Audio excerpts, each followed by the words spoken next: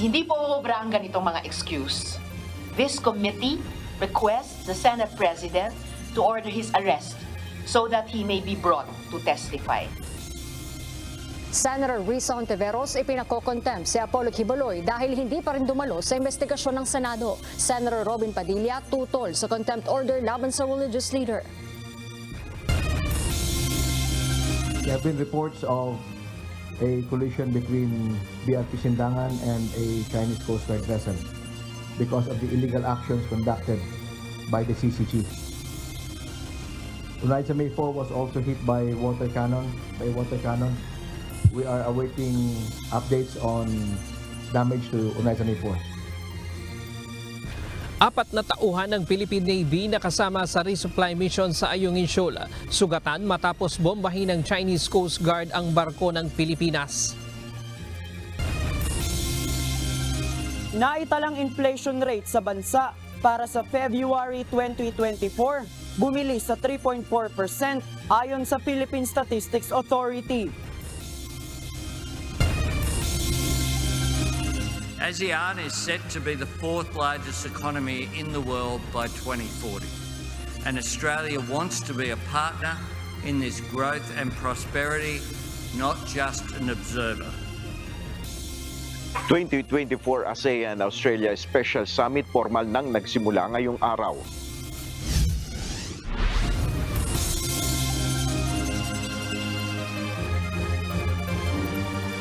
Magandang hapon Pilipinas at sa buong mundo. Una sa ating mga balita. Ipinakontempt ng komite sa Senado ang pastor ni si Apollo Quiboloy, bunsod ng hindi pa rin ito pagsipot sa investigasyon ng Senado.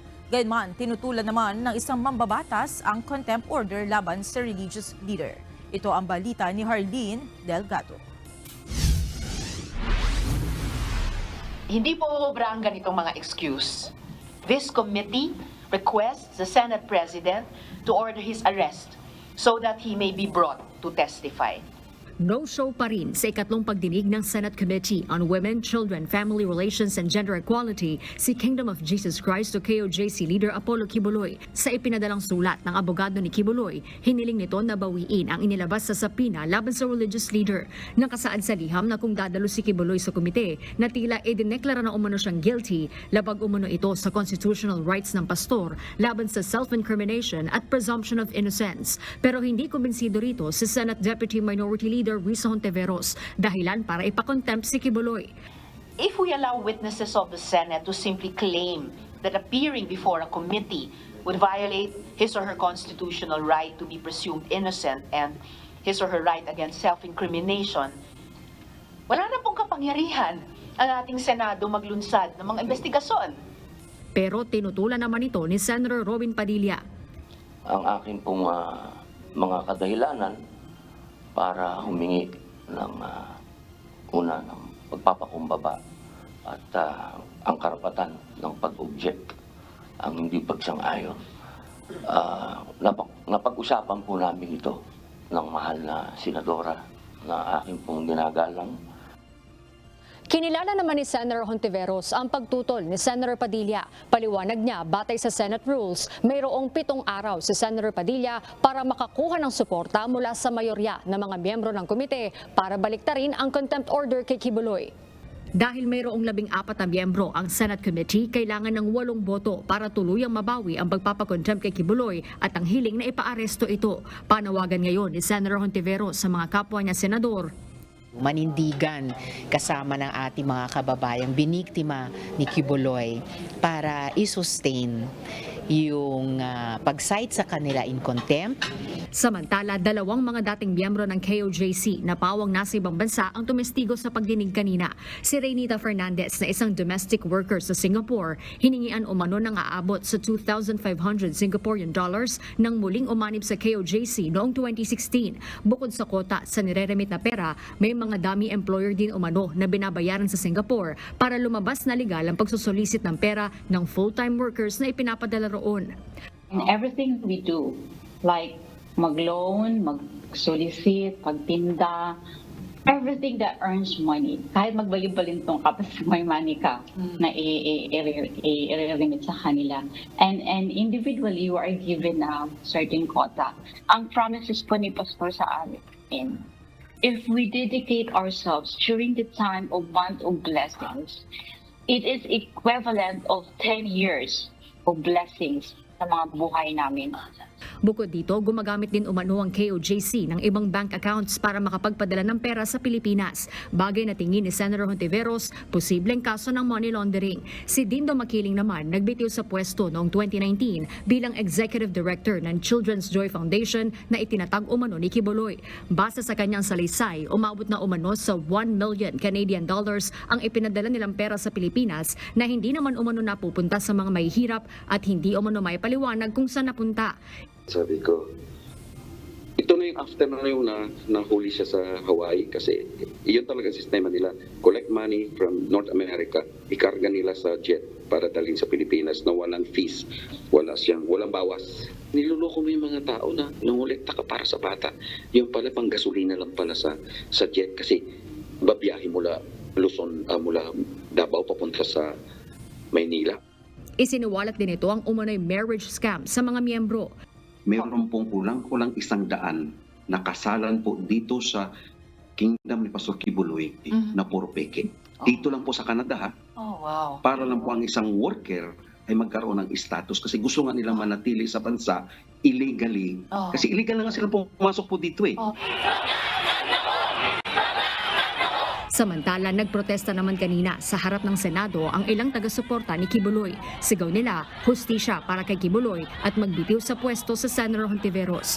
Iimbitahan sa susunod na pagdinig ang Anti-Money Laundering Council at Department of Migrant Workers habang ilang panibagong testigo rin ang nakatakdang iharap ng Senadora. Jorge Delgado, UNTV News and Rescue. Diyos ang aming sandigan, serbisyo publiko ang aming pinahahalagahan. Nauwi sa habulan at barilan ang pagsisilbi ng warrant of arrest ng mga pulis sa isang Chinese sa Makati kagabi. Sa halip na sumuko, pinaputukan pa nito ang mga pulis, tsaka mabilis na tumakas hanggang sa masukol ito sa Bonifacio Global City sa Taguig. Ito ang balita ni Leia Ilagan. Yung mga warrant of arrest na kinakaharap niya, crime of other deceit, the crime of resistance and disobedience to an agent, a person in authority, and the crime of unjust vexation. Nung isineserve na ng operatiba ng AKG ang warrant of arrest, na-notice niya na police, and then immediately tumakbo siya at pinaputokan niya ang ating kapulisan. Ito ang video ng pagsisilbi sana ng warrant of arrest ng mga tauhan ng PNP Anti-Kidnapping Group sa isang Chinese national sa Makati kagabi. Ngunit sa halip na sumuko, nakipagbarilan ito sa mga operatiba at nagtangkapang tumakas. Kaya naman ayon kay PNP AKG Director, Police Brigadier General Cosme Abrenica, hinabol ng mga operatiba ang suspect na nakarating sa BGC Taguig. Nandun siya na corner at nakapasok siya sa isang dead end. So, doon nahuli siya ng ating operatiba at may tama siya kaya dinala kaagad siya sa St. Luke's Medical Center sa Bonifacio Global City for immediate medical attention. Nakuha din sa suspect ang mga armas at granada kaya't sasampahan ito ng panibagong kaso. Papasok siya sa attempted homicide, violation ng Article 10591 NRA 9516. Meron kasi tayo na-recover sa kanyang mga deadly weapon, firearms, and grenade.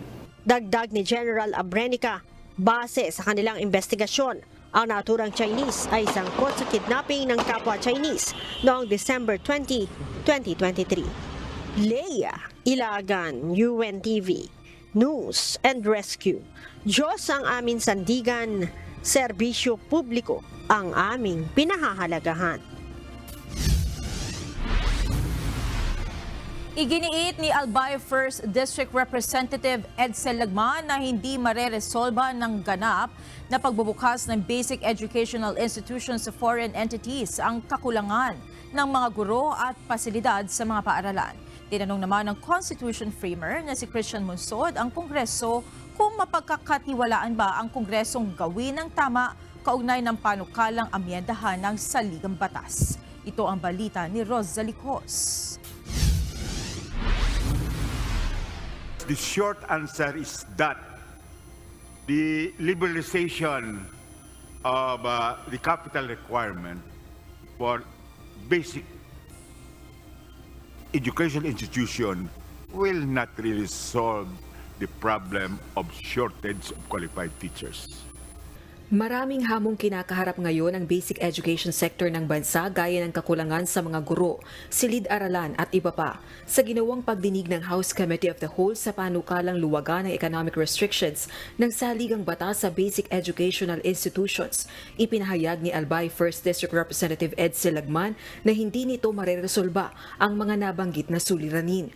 Sinang-ayunan ito ng Department of Education at mga grupo ng student organization na tutol sa charter change. Lalo na't sa kasalukuyan, pinapayagan na ng batas ang pagtatayo ng international schools sa basic education sa bansa basta 2/3 ng mga estudyante ay Filipino citizens. May we know if we allow foreign equity in education institutions, will this inflow of foreign capital solve the shortage of 159,000 classrooms in the Philippines? Offhand, Mr. Chair, I think it will not, at least in the short or medium term, because this will entail a lot of requirements logistically. There it is, Mr. Chair. I don't think it will make a big impact in the near term, Mr. Chair. The basic education in the country is suffering from problems of classroom and teacher shortages, and we do believe na hindi masasagot ng charter change itong mga problemang ito. So naniniwala po kami na hindi pa nagagawa ng lahat ng gobyerno natin, hindi pa niya nagagawa lahat ng kaya niyang gawin para suportahan yung education system. Samantala, dumalo sa ikalimang araw ng pagdinig ng House Committee of the Whole sa Economic Chacha ang Constitution Framer na si Attorney Christian Monsod. Tanong nito kung mapagkakatiwalaan ba ang Kongresong gawin ng tama kaugnay ng panukalang amyendahan ng saligang batas. Ayon din kay Attorney Monsod, hindi saligang batas ang dapat sisihin sa hindi pagpasok ng maraming foreign investors sa bansa kundi ang katiwalian at burokrasya. When we talk about the hindrances in the Constitution, we should talk about the context in which it is happening. And I'm sorry to say that our Congress has on many occasions engaged in transactional legislation. Sure, you can say, well, let's be liberalized and so on and so forth. But can we trust the Congress to do the right things? I'm sorry to say. Kaugnay naman ang pangambang maaapektuhan ang pagiging makabayan at makabansa ng mga learner kung tuluyang aalisin ang restrictions sa mga dayuhan sa basic educational institutions. Iginiit ng ilang eksperto na maaaring maglagay ng pamantayan ang pamahalaan kaugnay nito, partikular na sa usapin ng ituturong Filipino curriculum. So, hindi po kasi black and white that when you liberalize, you remove the state, pababayaan na lang lahat ng pwedeng gawin ng mga dayuhan. So therefore, you will not remove history. You will, in fact, you might want to increase nationalistic subjects. Pwede naman po yun, no?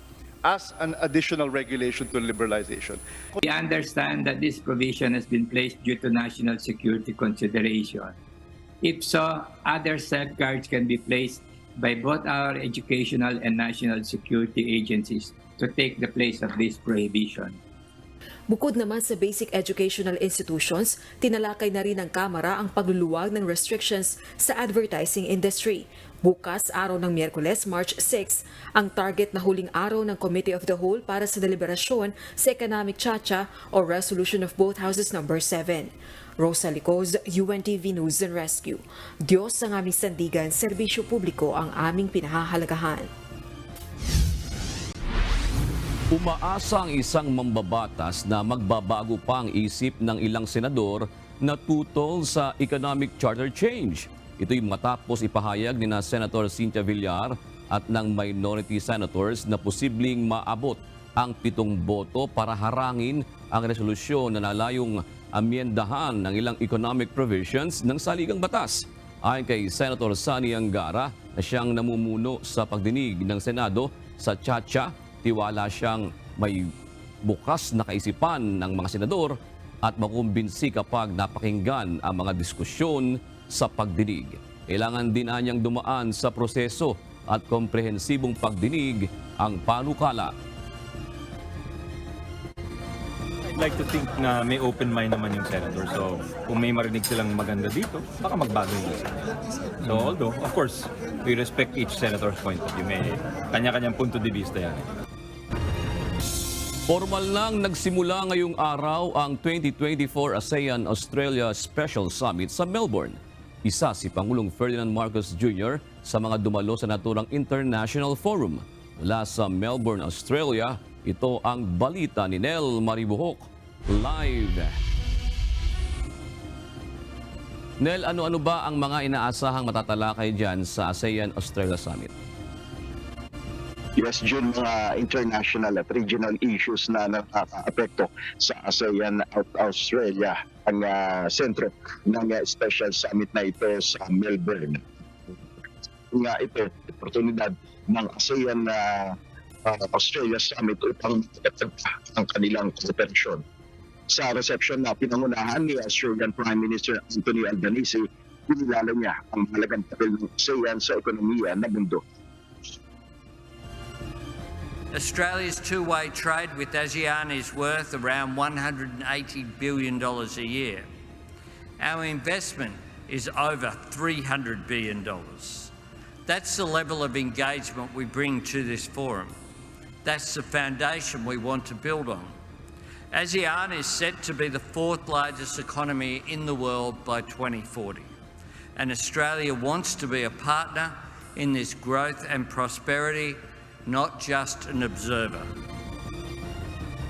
Official na welcome ng Australian Prime Minister ng leader ng ASEAN at kabilang na dito sina Pangulong Ferdinand Marcos Jr., Indonesian President Joko Widodo, Brunei Sultan Haji Hassan al-Bolkiah, Vietnamese Prime Minister Pham Minh Chinh, Thailand Prime Minister Seth Thavisin, Cambodia Prime Minister Hun Manet, Singapore Prime Minister Lee Hsien Loong, Malaysian Prime Minister Dato' Seri Anwar Ibrahim, Timor-Leste Prime Minister Shanana Gusmao, Laos Prime Minister Sonsai Sipandon.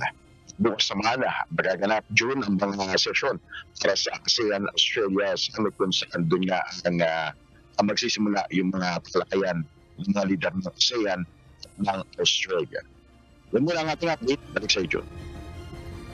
Nel, sinasabi mo nga ay isasapakin ng Pangulo dyan yung issue sa regional stability ng Pilipinas at hindi lang ng Pilipinas, maging ng mga karatig bansa natin. Nabalitaan na ba ng Pangulo o may reaksyon na ba ang Pangulo sa hindi magandang balita kanina sa barko ng PCG at ng private resupply vessel naman na binomba ng water cannon ng China? Yes, Jill, pinabot na natin yung ng media delegation, ng Filipino media delegation, yung katanungan na yan kay Pangulong Marcos ngayong araw na ito. At inaasahan natin magaganap na press briefing bukas ay sasagutin ng Pangulo itong isyong na ito, bagong insidente dyan sa West Philippine Sea, June. Pagkaganyan ba, Nel, maaari bang maging laman din yan ng mga talumpati ni Pangulo sa mga pakipag-usap niya itong recently na nangyaring ito sa West Philippine Sea? Posible, June, na maisingit yan dun sa tinatawag na mga plenary session at saka yung retreat session bukas. At malamang kung may posibilidad kasi sa sentro yung kanyang talumpati bukas dun sa maritime cooperation, regional security, defense and security, particular dyan sa West Philippine Sea, ang inaasahan nating nakatalakay ng Pangulo at malaki ang posibilidad na maisama dyan yung nangyaring tribunang insidente na ito dyan sa region, Jude. Sa madaling salita, Nel, napapanahon at sakto naman doon sa pagkakataon na yan bukas. Yes, sakto yan. Dahil bukas pa magkakaroon ng talakayan dyan sa usapin na yan at tama-tama. Nandito yung, halos nandito yung ASEAN leaders at nandito din yung Australia. Alam naman natin ang Australia, isa yan sa pangunahing sumusuporta din dun sa rule of law dyan sa South China Sea. Isa sa mga sumusuporta yan dyan sa posisyon ng Pilipinas para sa mapayapang pagresolba dyan sa usapin sa West Philippine Sea. June. Maraming salamat, Nel Maribuhok, nag-uulat ng live mula sa Melbourne, Australia. Bumilis ang naitalang inflation rate sa bansa para sa buwan ng Pebrero ngayong taon. Base sa report ng Philippine Statistics Authority o PSA, bumilis sa 3.4% ang inflation rate para sa February 2024. Mas mataas ito kumpara sa 2.8% na itala ng Enero ngayong taon. Ayon sa PSA, ilan sa mga faktor na nakapagpabilis sa inflation ay ang mabilis na pagtaas ng presyo ng pagkain, gaya ng gulay, karne at bigas. Kasama rin sa nakapagpabilis ng inflation ang mataas na transportation cost. Ito ang unang pagkakataon na muling bumilis ang inflation makalipas ang 4 na magkakasunod na buwan ng downtrend nito. Ang inflation ay ang pagtaas ng presyo ng bilihin at iba pang pangunahing serbisyo na binabayaran ng mga consumer. Samantala, tiniyak naman ng National Economic Development Authority na pinaiigting na ng pamahalaan ang mga hakbang upang ibsan ang epekto ng El Nino sa supply ng pagkain. Ayon sa NEDA, maaaring makaapekto sa pagtaas ng presyo ng mga pagkain ang banta ng tagtuyot. Nagbabala ang Philippine National Police sa mga mahilig na mag-book ng kanilang mga bakasyon online. Ito'y dahil sa dumaraming kaso ng mga nabibiktima ng vacation scam na naitatala ng PNP. Ito ang balita ni Lea Ilagan.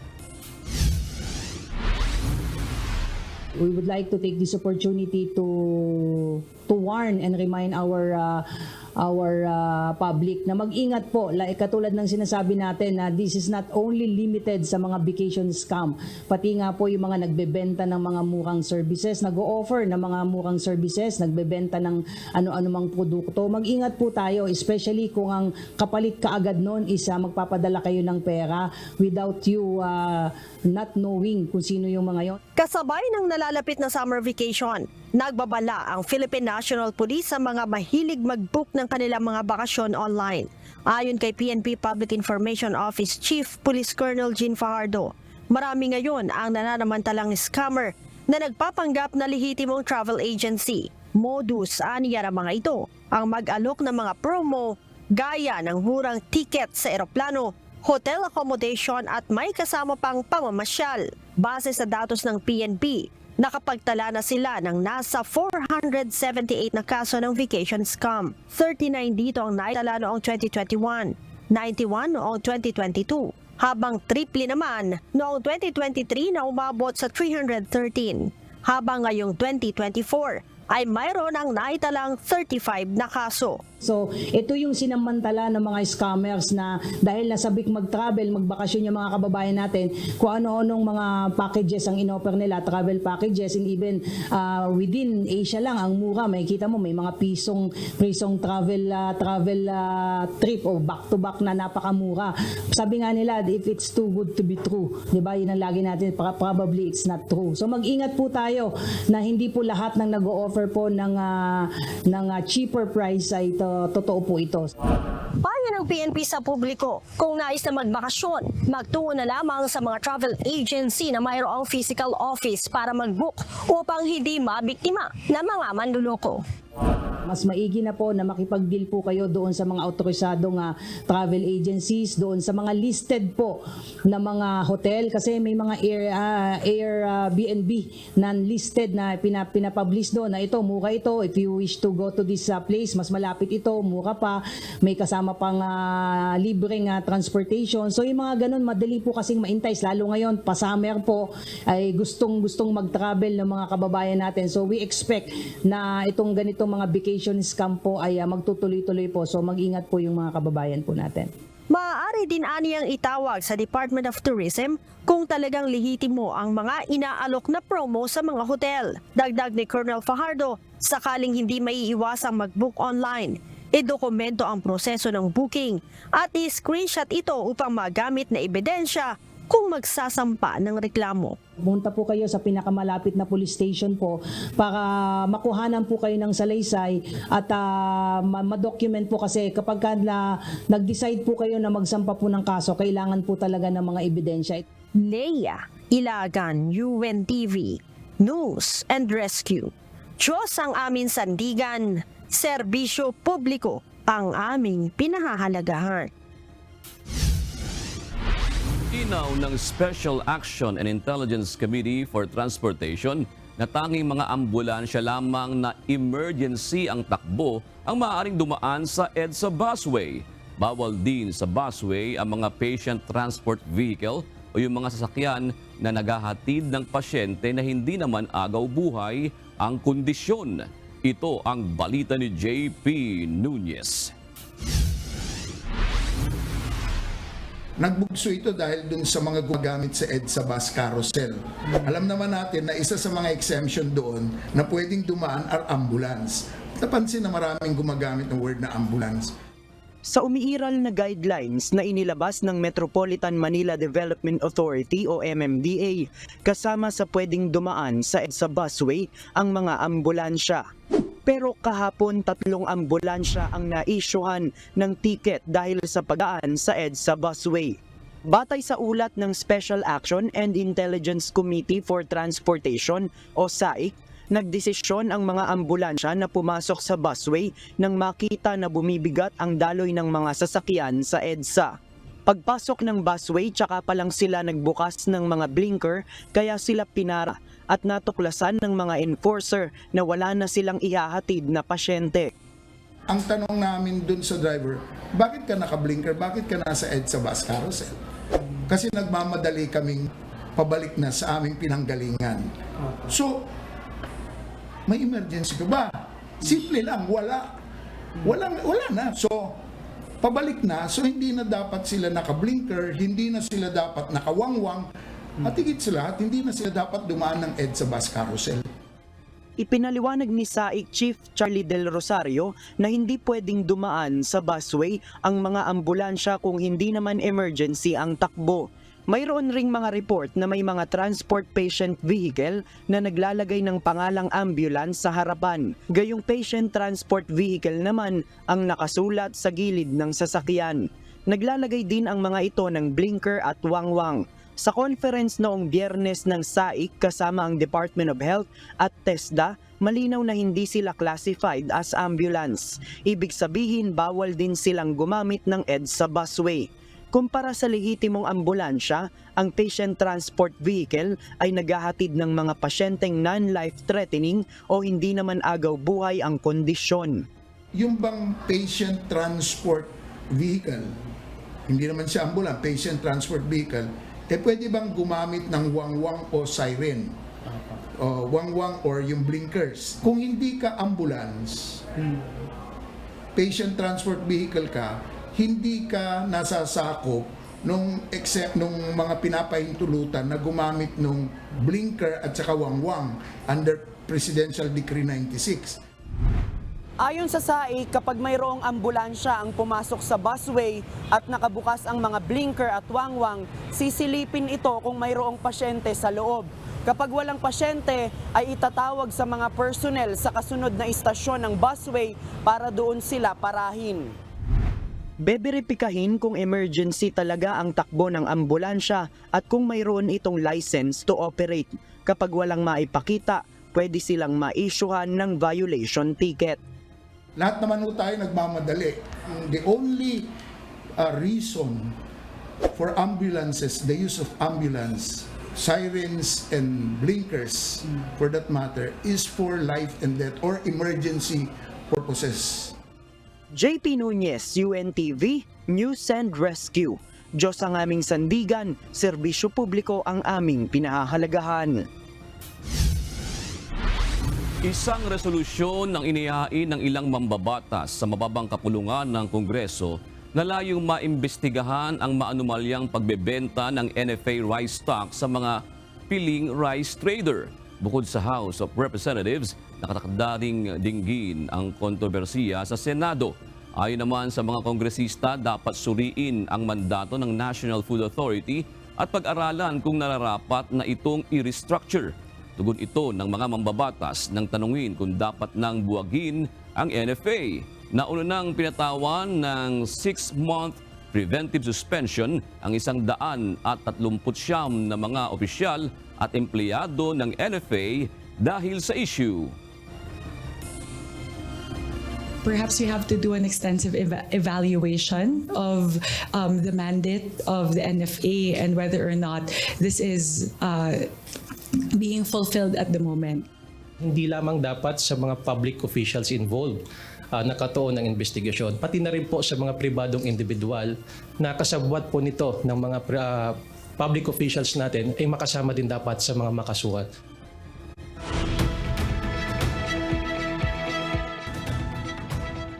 Hindi pinaboran ng US Supreme Court ang disqualification case laban kay dating US President Donald Trump. Bunso nito ay giniit ng korte na walang kapangyarihan ng Estado na tanggalin ang pangalan ni Trump sa balota para muling kumandidato sa susunod na US elections. Ito ang balita ni Klein Sinca. Maaari pa ring tumakbo sa susunod na US presidential elections si dating US President Donald Trump. Ito'y matapos na hindi katigan ng US Supreme Court ang disqualification case ng dating US President sa Colorado. Base sa desisyon ng Supreme Court, walang kapangyarihan ng Estado na tanggalin ang pangalan ni Donald Trump sa balota bilang isa sa mga kandidato para sa susunod na US presidential elections. Git ng mga US Justices, tanging ang Kongreso lamang ang may karapatang mag-disqualify sa isang kandidato sa ilalim na Insurrection Clause of 14th Amendment ng US Constitution. Dagdag pa naman ito magre-resulta sa inconsistency at confusion kung hahayaan ang bawat estado na magdesisyon kung sino-sino ang mga pwedeng makasama sa balota para sa eleksyon. Matatandaan na dinisqualify ng Colorado si Trump para muling tumakbo sa pagkapangulo, bunsod ng pagiging bahagi nito sa pag-atake sa Capitol ng kanyang mga taga-suporta upang baliktarin ang resulta ng presidential elections noong January 2021. Bukod sa Colorado, na-disqualify rin si Trump sa iba pang mga estado gaya ng Illinois at Maine na inaasahan rin hindi kakatigan ng US Supreme Court. Sa kanyang Truth social media account, pinuri naman ni Trump ang desisyon ng Supreme Court at ayon sa kanya, isa itong panalo hindi lamang para sa kanya kundi para sa mga susunod pang magiging presidente ng Amerika. Klein Sinca, UNTV News sa Rescue USA.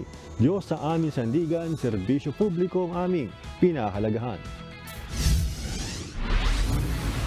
Nasa 43 bansa ang humihiling ng isang independent international investigation sa pagkasawi ng Russian opposition leader na si Alexei Navalny.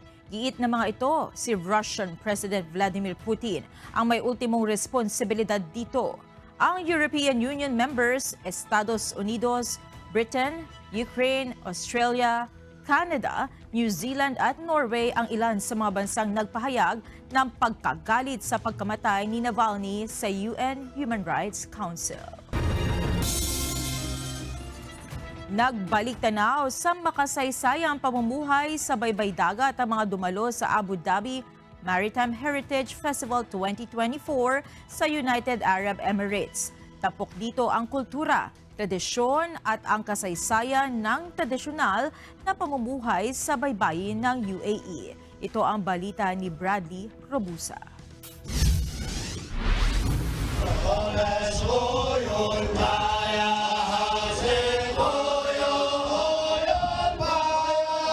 Masiglang nagtanghal ang mga Emiratis sa pamamagitan ng pag-awit habang nagsasadula ng kanilang dating pamumuhay na bahagi ng pagdiriwang ng Maritime Heritage Festival sa Al Bahar Corniche, Abu Dhabi, United Arab Emirates. Pinangunahan ang selebrasyon ng Department of Culture and Tourism Abu Dhabi na layong ipagdiwang at sariwain ang kasaysayan ng dating pamumuhay ng mga Emirati sa tabing dagat bilang mga mangingisda at ang kanilang naging mga paglalakbay sa karagatan. Nagmistulang Maritime Village ang bahagi ng dalampasigan sa Cornish bilang pagsasalarawan sa sinaunang komunidad. Tampok ang iba't ibang aktibidad gaya ng artisan demonstration ng paggawa ng shasha boat na tradisyonal na sasakyang pangdagat ng mga Arabo. Ipinakita rin sa publiko ang paggawa ng gargor fish nets na ginagamit sa pangingisda, pati na ang salting and spicing technique sa mga isda bago ito ihawin. Maaari ring subukan ang oyster opening and pearl harvesting at pearl breeding demonstration o pagkukultura ng mga perlas. Samantala, naging highlight ng selebrasyon ang pagtatanghal, tampok ang Al-Nama. Mula sa salitang Arabic ng ibig sabihin ay traditional sea chant. Sentro ng presentasyon ang buhay ng isang kapitan ng barko habang inaawit ang kanyang mga karanasan kung paanong naging mahalaga sa kasaysayan ng mga Emirati ang sining at pangangalakal. Bukod pa rito, mayroon ding mga tradisyonal na laro para sa mga bata, boat races at tours na kinagiliwan din ng mga turista. Hindi naman mawawala ang fresh fish market na tila subastahan ang paraan ng pagbebenta ng mga inaning malalaking isda. Sa kabuuan, ang Maritime Heritage Festival ay nagsilbing daan upang makilala ng mga bagong henerasyon at mga turista ang kahalagahan ng mayamang kasaysayan at kultura ng United Arab Emirates. Bradley Robuza, UNTV News and Rescue, United Arab Emirates. Diyos ang aming sandigan, serbisyo publiko ang aming pinahahalagahan. Sisimulan na ng South Korean government ang pag-iinspeksyon sa mga ospital kaugnay sa gagawing pagsasampa ng kaso laban sa mga nagpoprotestang trainee doctors na hindi sumunod sa ultimatum na pinag-utos ng gobyerno. Ayon kay South Korean Health Minister Cho Kyu-hong, uumpisahan na nila ang pag-verify sa mga ospital kung sino-sino sa mga doktor ang bumalik na sa kanilang mga duty at nagbabala na sasampahan ng kaukulang reklamo ang mga hindi sumunod sa kautusan ng pamahalaan. Kasama sa mga ipapataw na parusa ang pagbawi sa lisensya ng mga doktor, gayon din ang pagkakakulong at pagbabayad ng multa. Tinatayang nasa 7,000 trainee doctors na sumama sa protesta ang posibleng matanggalan ng lisensya sa South Korea.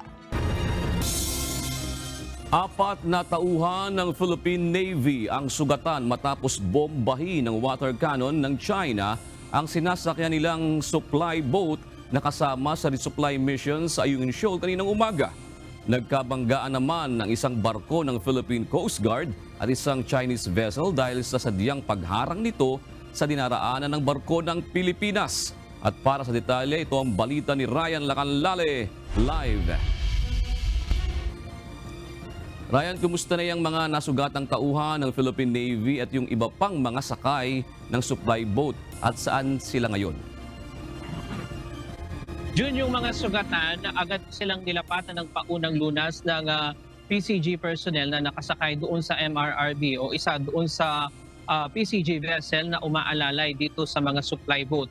Agad ding bumalik sa mainland Palawan yung Unaysa May 4 at hindi na naituloy yung paghahatid niya ng supply doon sa Ayungin Shoal dahil nga doon sa insidente. Sa video, makikita na pinagtulungang gitgiti ng dalawang Chinese Coast Guard vessel ang di hamak na mas maliit na civilian supply boat na Unaysa May 4. Isa ito sa dalawang supply vessel na inupahan ng pamahalaan para maghatid ng supply sa mga sundalo na nakahintil sa VRP Sierra Madre sa Ayungin Shoal ngayong araw. Binomba ng water cannon ng mga Chinese ang supply boat kaya nabasag ang salamin nito at 4 na Philippine Navy personnel na sakay nito ang nagtamo ng minor injury. Dahil sa tinamong damage ng Unaysa May 4 at injury ng mga sakay nito, agad bumalik sa mainland Palawan ang supply boat. Ang VRP Sindangan naman na isa sa dalawang PCG vessel na umaalalay sa mga supply boat pinarangan at ginitkit ng Chinese Coast Guard vessel 21555. Nagkabanggaan ang dalawang barko at nagtamo ng minor structural damage ang PCG vessel. There have been reports of a collision between BRP Sindangan and a Chinese Coast Guard vessel because of the illegal actions conducted by the CCG. Unaiza May 4 was also hit by water cannon. We are awaiting updates on damage to Unaiza May 4. Sa isang opisyal na pahayag, sinabi ng National Task Force West Philippine Sea na nailagay sa panganib ang buhay ng mga Pilipino at nasugatan ang ilang sakay ng bangka dahil sa harassment at panggigit-git ng China laban sa legitimo at regular na rore mission sa Ayungin Shoal. Taliwas ito sa panawagan ng Chinese government na idaan sa mapayapang paraan at dialogo ang usapin sa West Philippine Sea. Ayon naman sa Philippine Navy, hindi na normal ang sitwasyon ngayon sa West Philippine Sea at itunuturing kanila ang ginagawang ito ng China. I would consider China a clear and present challenge to the Philippine Navy in the West Philippine Sea. The situation is not normal, it's not anymore normal, but we are up to the challenge. Samantala, June, matagumpay na nakalusot yung Unaiza May 1 at nakarating doon sa BRP Sierra Madre at naihatid yung supply doon sa ating mga sundalo na nakahimpil doon. At kanina, bago magtanghali, umalis na rin sa Ayungin Shoal itong mga barko ng Pilipinas. Yan muna ang latest mula dito sa Quezon City. Balik sa iyo, June.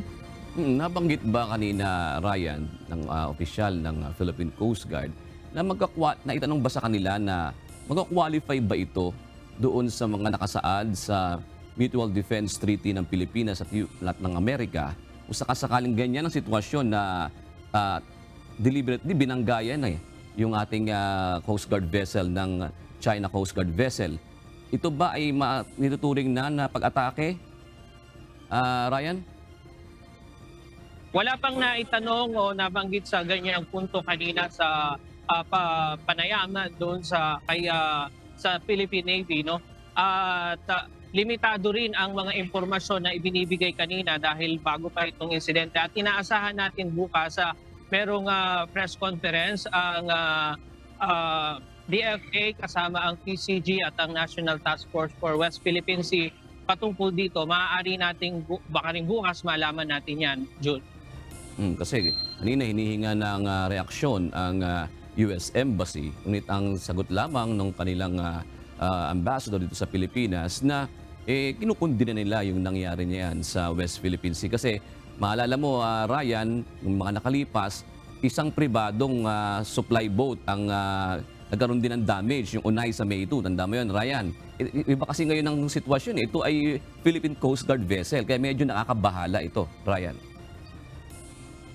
Pero June, ang China, kanina naglabas din sila ng opisyal na pahayag at pilit pa rin nilang ginigiit na pumasok ang mga sasakyan pandagat ng Pilipinas doon sa kanilang teritoryo at ginawa lamang daw nila yung naaayon sa batas, ayon sa kanilang pahayag. At inihingan din natin sila hanggang ngayon ng pahayag kung ano ang tugon nila doon sa summon ng DFA dito sa Chinese Ambassador. Pero hanggang ngayon wala pa silang pahayag. Antayin natin yung mga development doon sa mga pangyayaring ito sa mga susunod na oras hanggang bukas, June. Maraming salamat, Ryan Lacanlale. Samantala, pinaalis na ng Pilipinas sa China ang lahat ng mga barko at sasakyang pandagat nito sa Ayungin Shoal. Ito ang demand ng mga kinatawan ng Pilipinas matapos ipatawag ngayong hapon ng Department of Foreign Affairs ang Chinese Deputy Chief of Mission upang iparating ang protesta ng Pilipinas sa panibagong insidente ng harassment at panggigipit ng China sa mga barko ng Pilipinas. Ayon kay DFA spokesperson Maria Teresita Daza, binigyan diin ng Pilipinas sa pagpupulong na hindi katanggap-tanggap ang paghaharang ng China sa rotation and resupply o RORE mission sa loob mismo ng exclusive economic zone ng bansa. Malinaw na paglabag ito sa soberanya at jurisdiksyon ng Pilipinas sa ilalim ng 1982 United Nations Convention on the Law of the Sea at sa 2016 Arbitral Award kung saan pinawalang bisa ang pag-aangkin ng China sa bahagi ng West Philippine Sea. Magsasagawa ng balikatan exercises ang Pilipinas at Estados Unidos sa Batanes at Palawan sa darating na Abril at Mayo. Ayon kay 2024 balikatan exercises, Executive Agent Colonel Michael Lohico, magkakaroon ng maritime exercises sa Palawan, habang integrated air missile defense exercises naman sa Central Luzon. Makikiisa rin sa balikatan activities ang France at Australia. Ayon pa kay Colonel Lohico, kasama rin sa naturang pagsasanay ang Philippine Coast Guard at Philippine National Police para naman sa cyber defense and information exercises. Nagbigay ng ultimatum si Manila International Airport Authority o MIAA General Manager Eric Ines sa housekeeping at pest control contractors ng Ninoy Aquino International Airport na kung hindi pag-iigihin ng trabaho ay pwede silang ma-blacklist sa mga bidding. Kahapon pinulong ng administration ng MIAA ang mga contractor ng pest control kaugnay sa issue ng mga nakitang surot at daga sa Terminal 2 at Terminal 3 ng Paliparan kamakailan. Inatasan na ng MIAA ang kanilang Terminal Administration Group para mag-deploy ng mas maraming inspector para ma-monitor at i-evaluate ang performance ng kasalukuyang housekeeping at pest control services ng NAIA. Magsasagawa rin ng revision ang MIAA sa terms of reference para magpataw ng mas mataas na penalty sa mga contractor na hindi magagampanan ng maayos ang kanilang trabaho. Ayon sa MIAA, majority ng kontrata ng housekeeping at pest control services sa MIAA ay mag-e-expire na ngayong taon. Kinumpirma ngayon ni Senator Amy Marcos na isinugod sa ospital si dating First Lady Imelda Marcos. Ayon kay Senator Amy, pinaghihinalaang may pneumonia ang kanilang ina dahil sa pabalik-balik na lagnat at ubo. Kaya minabuti na nilang dalhin ito sa ospital para mabantayang maigi ang kondisyon. Umaasa ang presidential sister na agad nang gagaling ang dating First Lady, lalo na't gusto rin itong makatanggap ng cash gift mula sa Expanded Centenarians Act. Magdidiwang na ika-75 kaarawan si Imelda sa darating na Hulyo. Nananatiling hamon sa issue ng pangkalusugan ang obesity. Ayon sa World Health Organization, isa sa 8 tao sa buong mundo ay obese o overweight. Ano nga ba ang panganib na dala nito sa kalusugan ng tao at papaano ito maiiwasan? Ito ang balita ni Gladys Tuwabi. Obesity po is a condition, no? It's a chronic condition. So, sakit na ho siya talaga, no? Chronic disease. Ay biglang sabihin, no, na medyo meron tayong excessive fat, no, sa katawan natin. Dati ho kasi akala nila it's just part of a condition. Pero ngayon, it's a disease na po talaga. It's a chronic disease. Usually ho kasi yan lifetime na, no? Pero, parang katulad din po ng mga diabetes and hypertension, nakokontrol, na ma-manage. Yun naman yung kagandahan.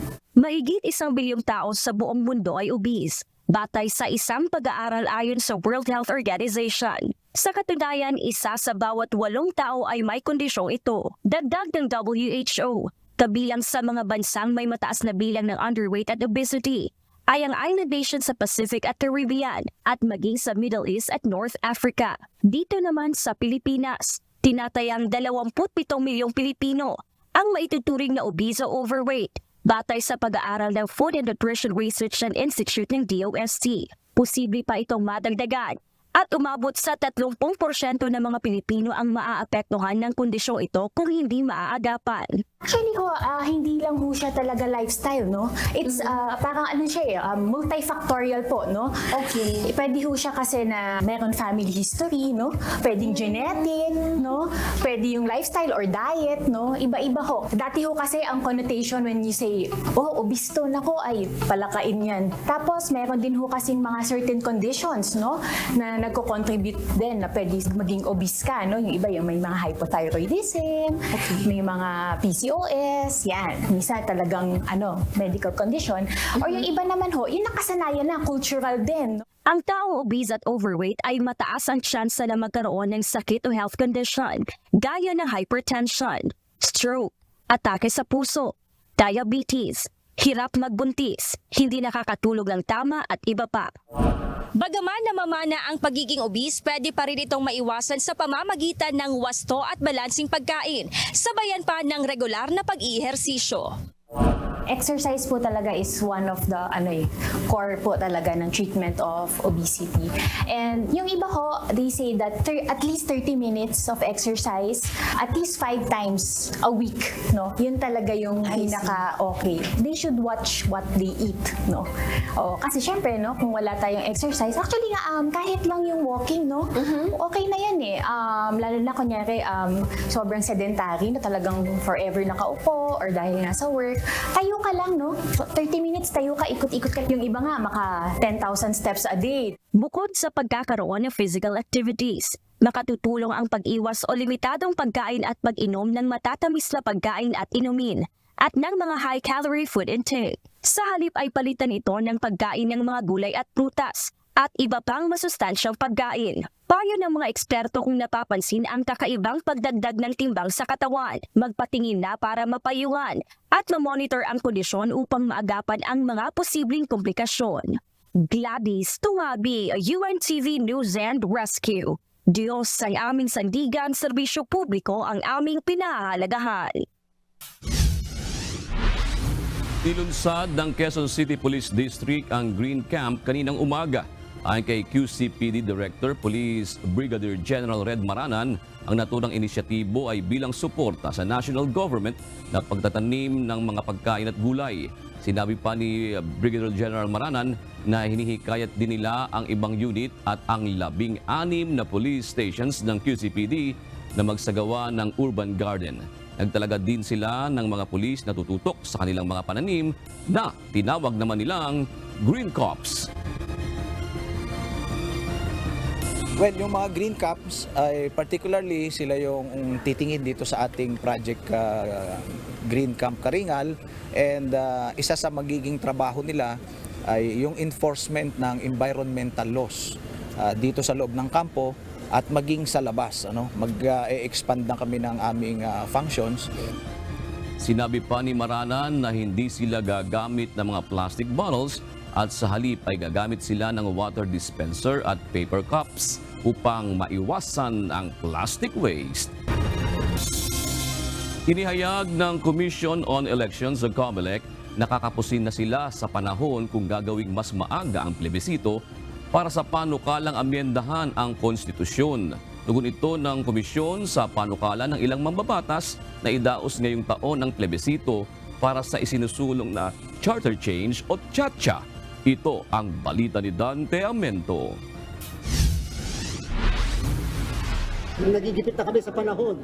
Kulang na po kami sa oras sa paghahanda natin para sa eleksyon na dalawa, na eleksyon sa 2025. Abala ang Commission on Elections o COMELEC sa mga paghahanda para sa halalan sa susunod na taon. Kabilang na rito ang pagpaparehistro sa ating mga kababayan upang makaboto na target maabot ang 3 milyong bagong botante. Paliwanag ni Chairman George Erwin Garcia, hindi lang national and local elections ang gagawin nila, kundi mayroon ding barangay at SK elections sa December 2025.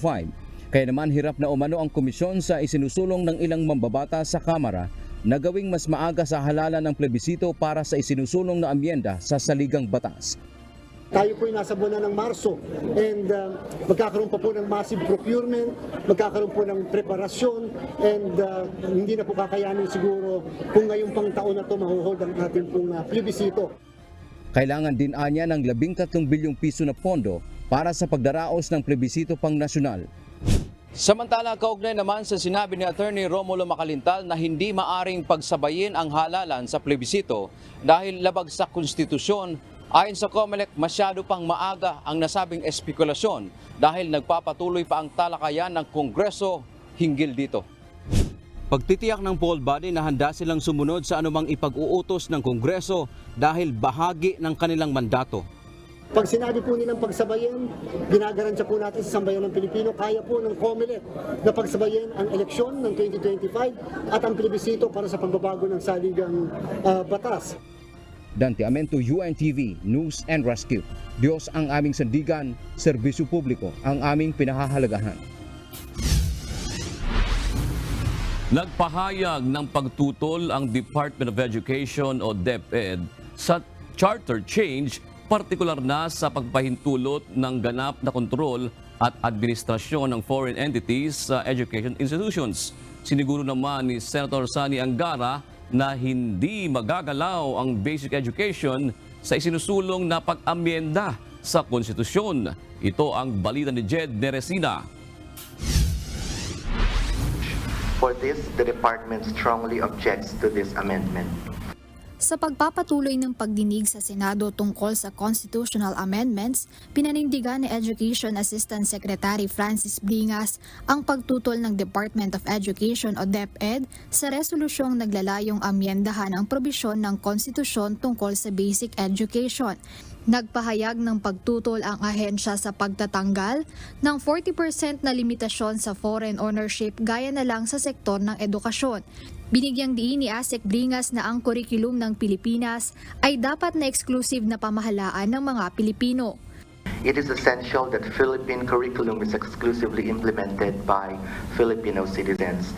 This ensures alignment with the specific needs and context of the country. It is stressed that one of the key thrusts of the DepEd Matatag Basic Education Agenda is the cultivation of learners' sense of nationality and identity as Filipinos through the Makabansa subject. Ngunit ayon kay Senator Sani Angara, chairperson ng Senate Subcommittee on Constitutional Amendments and Revision of Codes, na ang mga iminungkahing pag-amyenda sa 1987 Constitution ay hindi naglalayong buksan ang basic education schools sa 100% foreign ownership. The intention is not to liberalize basic education. The intent is to liberalize higher and vocational and technical. So I think you can rest assured that we will not open up basic education. At the outset of the educational institutions session, we already said the intention was not to open up a basic education because nga yung importance of values, formation, nationalism, among others. Siniguro ni Senator Angara na hindi magagalaw ang basic education at ang intensyon talaga nito ay para sa higher, technical at vocational education. We will amend it kasi medyo na-realize natin, hindi masyadong clear. Parang ang interpretation is baka pwedeng galawin rin yung basic education. Pero dahil nga yung succeeding sentences, nagbigay ng parang ambiguity doon. So, klakaruhin namin na applicable lang siya sa tertiary education, meaning college, tech-voc, pagkatapos ng high school, anything after high school. Jed Neresina, UNTV News and Rescue. Diyos ang aming sandigan, serbisyo publiko ang aming pinahahalagahan.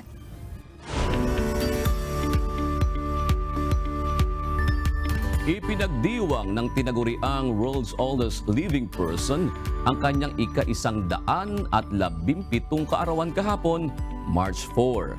Masayang nag-celebrate ng kanyang 117th birthday si Maria Brañas Morera, ang itinanghal na Guinness World Book of Records na pinakamatandang tao na nabubuhay pa rin hanggang sa ngayon. Taong 1907 nang ipinanganak sa San Francisco, USA si Maria Morera. Iginawad ng Guinness kay Morera ang titulo nito lamang January 2023. Ipinatitigil ng label ng late Irish singer at activist na si Sinead O'Connor ang paggamit ng kanyang music sa pangangampanya ni former US President Donald Trump.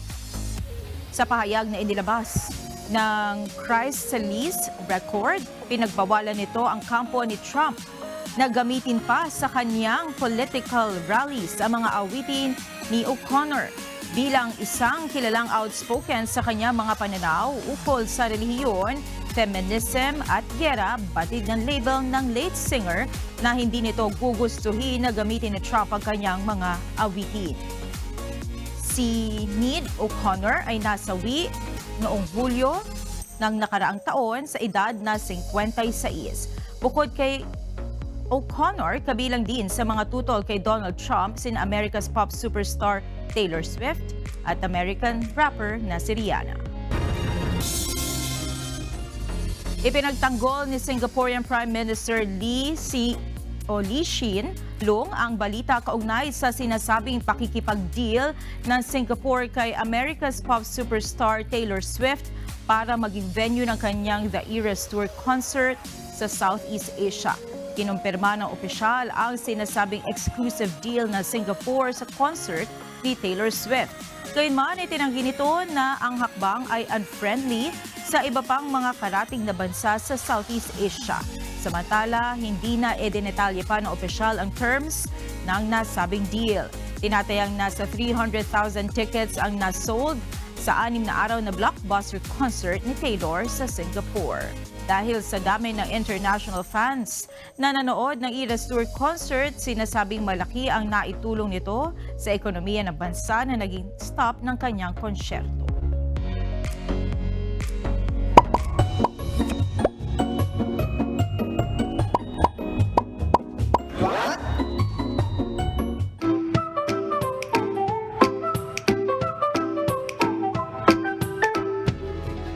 Nagdag kaalaman po, may natira pa ba sa mga sweldo nyo?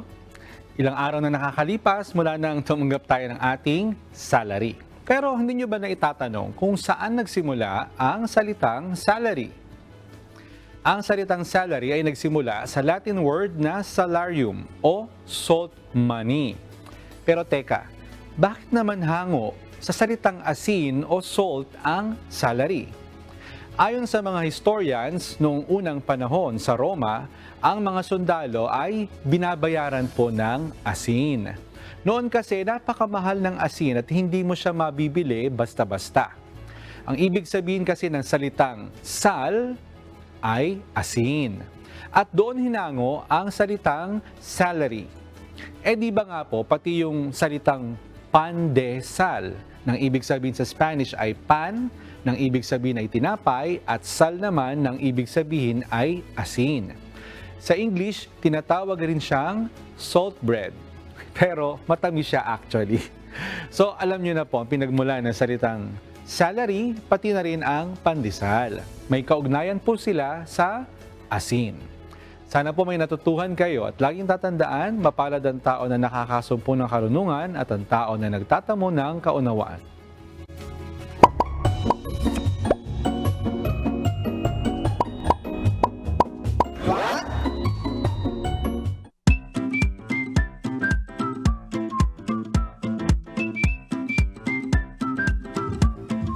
Narito naman po ang mga komentaryo ng ating mga kauserong Pinoy ngayong araw po ng Martes.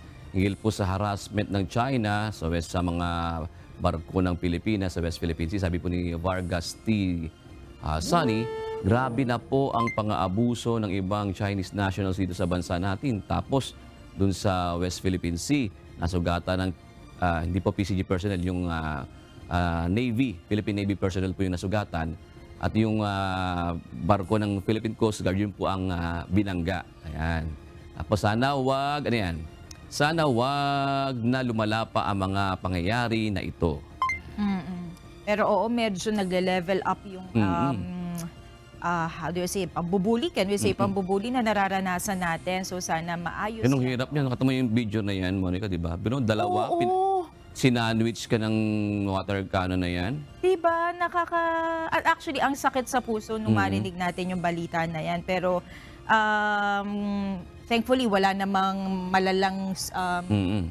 naging malalang na casualty, wala masyadong nasaktan, siguro minor injuries lang. Pero sana ito na po yung huling pagkakataon na makaranas tayo ng ganyan. Siyempre, sana maging mainahon din ang mga Pilipino kasi nagpupuyos ang damdamin ngayon niya sa nakikita. Ako lang personally na masakit masakit makapanood yung kababayan mo na ginagay. Kaya lang hindi natin may iwasan na ipakita yan dahil yan ang kumaga sa ngayon, yan ang ating sandata dahil ipakita sa international community na ganyan ang ginagawa ng China. Hindi ang kumbaga yan din ang armas ngayon ng DFA sa kanilang pagtutol nga sa ginagawa ng China. Kaya sana po mahanapan ng solusyon yung nararanasan ng ating mga kababayan. Gayun din ang ito punta na natin yung sa pareha sa issue, yung sinabi ni Rogelio Patinga, pareha sa issue po yan. Sa Chinese government did not respect the Philippines people and the government. Marami sa ating mga kababayan siguro ganyan yung nararamdaman nila ngayon. Sabi naman po ni Melski, nakakabahala na ang mga Chinese foreign dito sa Pilipinas. Sila pa ang matapang at nagahari-harian sa ating bansa. Dapat sa kanila ay ikulong at kasuhan at i-ban, wag nang makabalik pa. Ayun naman yung mga kung nababalitaan niyang mga abuso rin ng ibang mga foreigner dito na Chinese, di ba? Ating bansa. Ito naman tungkol to saan? Case, anong case? Kibuloy. Kibuloy. Ayun, sa Kibuloy case, sabi ni Ruel Tumamak Sr., malaking dagok ito sa Senado kung hindi mapaharap sa investigasyon si Kibuloy dahil dito mapatutunayan na may palakasan at tayo-tayo sistema. Ano yun? Ano yung tayo-tayo sistema? Hindi ko alam kung ano ibig sabihin na Ngayon lang narinig yung tayo-tayo. Ano yun? Kampihan? Parang ganun ba parang yun? kampi-kampi. Parang sila-sila, tayo-tayo, parang ganun. Oo. Ito naman tayo, mag-shoutout naman tayo sa ating mga kausi. Ngayong araw po ng Martes, salamat po sa patuloy na pagsubaybay kina Gina Cruz, Nelson De Truz, at Joner Ragas. Bigyan mo lang ako, Monica. May babatiin na ako sa kanyang. Teka lang, binabati natin ng kanyang 20th Sabbath anniversary si Ate Nene Balanlayos ng Manito Albay. Yan. Happy viewing din po kay Sensua Zamano, Limonte, Zoe Dayal, Asho Carmeline V. Nacario. Maraming salamat po sa inyong pagtutok at para sa mga kasambahay naman natin, kung may mga istorya pa kayong nais balikan sa Ito ang Balita, pwede niyo po itong muling mapanood sa aming mga social media accounts. Magtungo lamang po sa UNTV News and Rescue YouTube channel at i-click ang subscribe button. Gayon din sa aming Facebook at TikTok accounts. Mapapanood nyo rin po ang iba pang news programs ng UNTV pati na ang iba pang video ng nag-iisang public service channel. Kaya subscribe, like, and share.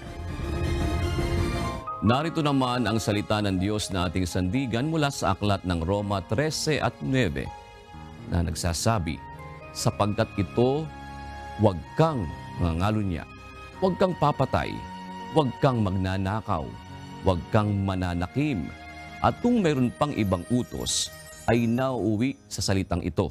Sa makatuwid bagay, ibigin mo ang iyong kapwa na gaya sa iyong sarili.